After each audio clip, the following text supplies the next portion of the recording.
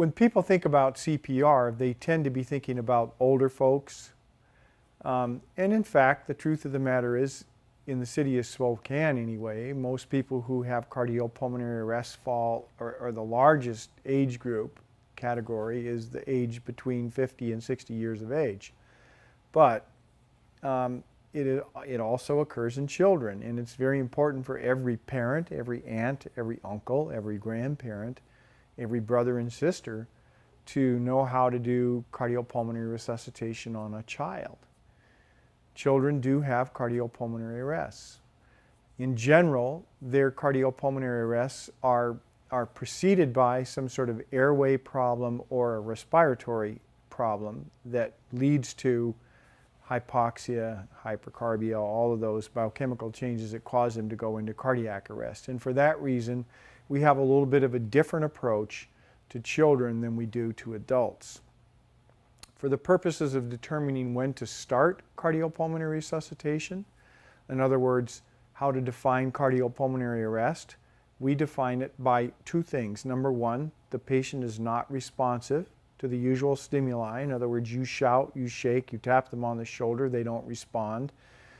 And number two, they're breathing abnormally. Not necessarily not breathing, but breathing abnormally. They could be breathing very slowly, they could be snoring, but if they're non-responsive and they're not breathing normally, that is by definition, or at least by functional definition, that is cardiopulmonary arrest, and those patients need immediate cardiopulmonary resuscitation.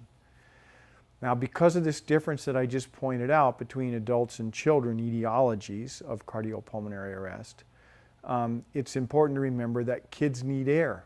Adults, hands-only CPR is now what we recommend, but in children it's different. In children, because of the fact that it's frequently preceded by respiratory failure or an airway obstruction, we strongly recommend that the patient be given air.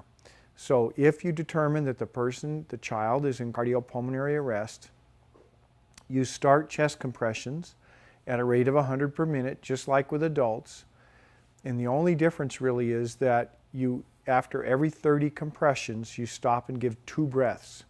You should not spend a lot of time giving those breaths because it's very important for you to not stop the forward flow that you've established by doing chest compressions. Every time you stop chest compressions, you lose a little bit of the ground that you've gained, and you have to regain that back.